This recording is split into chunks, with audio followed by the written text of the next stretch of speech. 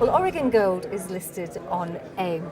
It's focused on gold and minerals exploration in Europe. It's got a relatively new chief executive, and he's known to many of us. It is Colin Bird. So Colin, you have been involved with Orogen Gold for just 3 months. You're very much the new kids on the block. So what attracted you to the company? Well, mining companies are all about the people, they're about the history, and they're about capability, because they're small.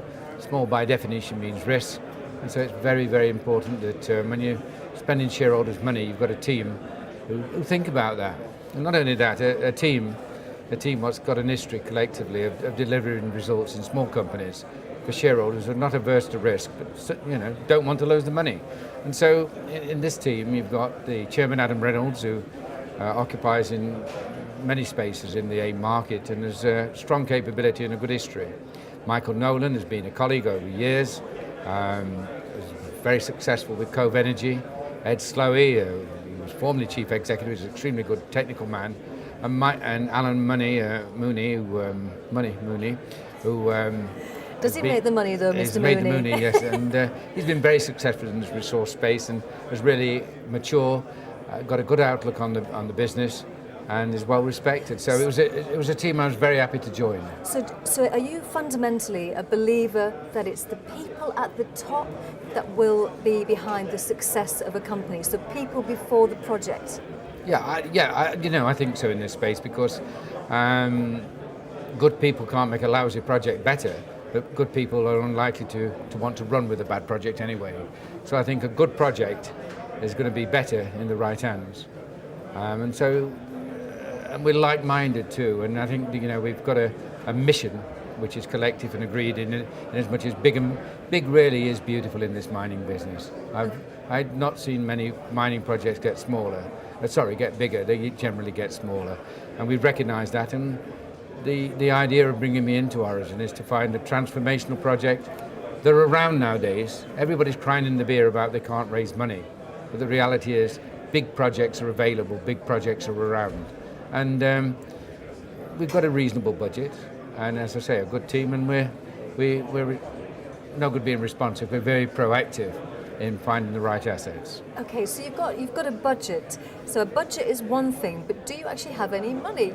Yes, because they're different. Yes, we've got money, and in fact, we deployed some of that money. And I made an announcement yesterday. The company made an announcement yesterday of quite good results in our current flagship property in Armenia. We had some really nice gold intersections, and it's changed the nature of that project. It's wider, and the strike, the lateral extent has been proven to be not as limited as it might have been. And so with the budget we've got, we're active on the ground, as well as looking for the transformational project I just referred to. So it's a company with a base project, a flagship project down in Armenia, and we're very pleased with the results we got yesterday. Okay, so Armenia, though, it's the established project, isn't it? That's and you're right. going to keep running with that? Well, when I first joined the company, within a week we had a review, and the directors were of one mind. We'd nearly earned our way in. Should we stick or should we bust? And quite frankly, the only way to stick or bust is against facts. So we went down there, we drilled, a limited program because we're reaching the end of the season. But the drilling, in actual fact, said this project is worth staying with. These are good results, and we can grow them. So it's nice to grow from a solid base. So we've got a solid base down in Armenia, and as I say, we're looking for a compatible but bigger project now to move forward for which we regard inevitable turnaround in our industry. Okay, so the gold that's in Armenia, a good grade? Yes, near surface, that's very important to me, especially when you're talking gold. I'm not a believer in going chasing thin seams underground. So we're seeing wide packages, 100 to 140 meters wide. As I say, long lateral extensions, near surface, available for open pit mining. And there's a mine not too far away being developed. So the metallurgy the processing should be quite reasonable too. So yes, it's near surface, reasonable gold. In fact, we turned over 2 grams in one of over, I think, about 20. Well, I've got it here. That 21 meters of 2.68, which for surface is quite a good grade.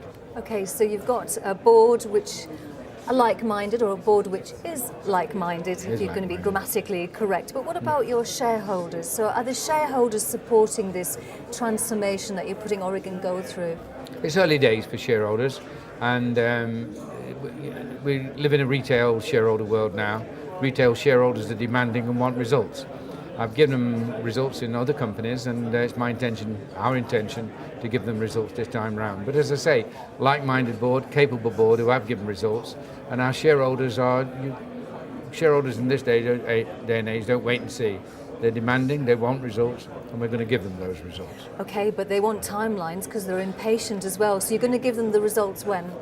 Well, in Armenia, of course, we're driven by the weather, so we can't actually go in again until April.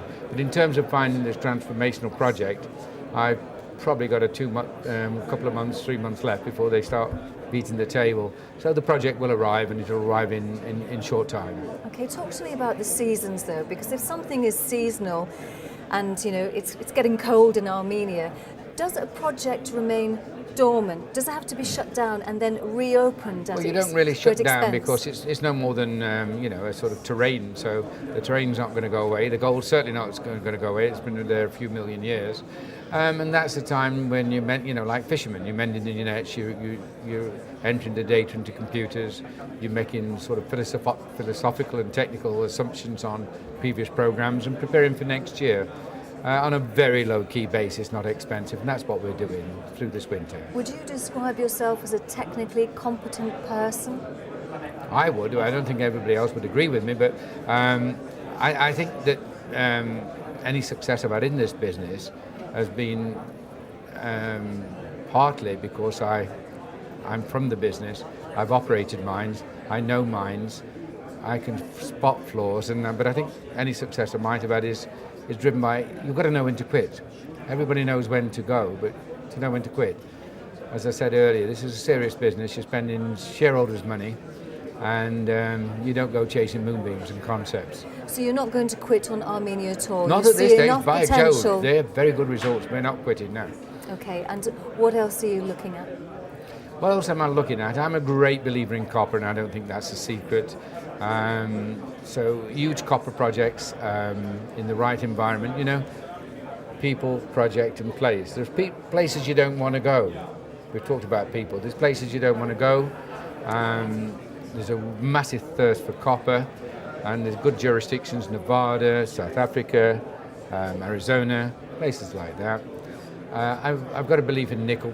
Not everybody would agree with me about nickel, and I'm not a great believer, even though if I get involved in gold, the cost have definitely got to be in the bottom quartile, because gold, I think, will have a little bit of pressure over the next couple of years with the lowering of interest rates in the States.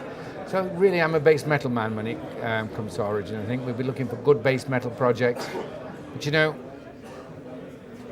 you've got to react to the opportunities. But I think we'll probably make our own opportunities, as I said earlier. And so we're very open-minded, but the place, the legislation, the jurisdiction has got to be mining friendly. Okay, so final question is, you've spoken about the budget that you've got. What will you be apportioning it to?